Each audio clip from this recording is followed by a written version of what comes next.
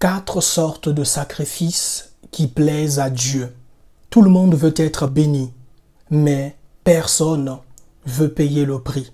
Alors, quel sacrifice offrir à Dieu pour lui plaire? Selon moi, le plus noble de sacrifices qu'un chrétien peut offrir à Dieu, c'est de lui donner son temps. Le temps est ce que nous avons de plus précieux, n'est-ce pas?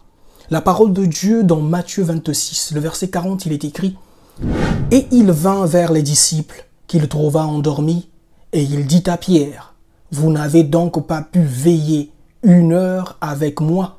Vous n'avez donc pas pu veiller 1 heure avec moi? » En réalité, 1 heure, c'est le minimum qu'un enfant de Dieu doit passer dans la présence de Dieu.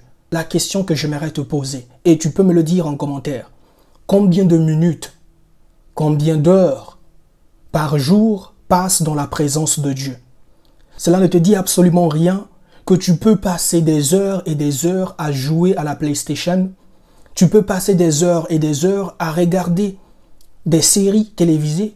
Tu peux passer des heures et des heures à discuter sur des personnalités comme des stars de ce monde, des Beyoncé, des Aya Nakamura, même si je n'ai rien contre toutes ces personnes.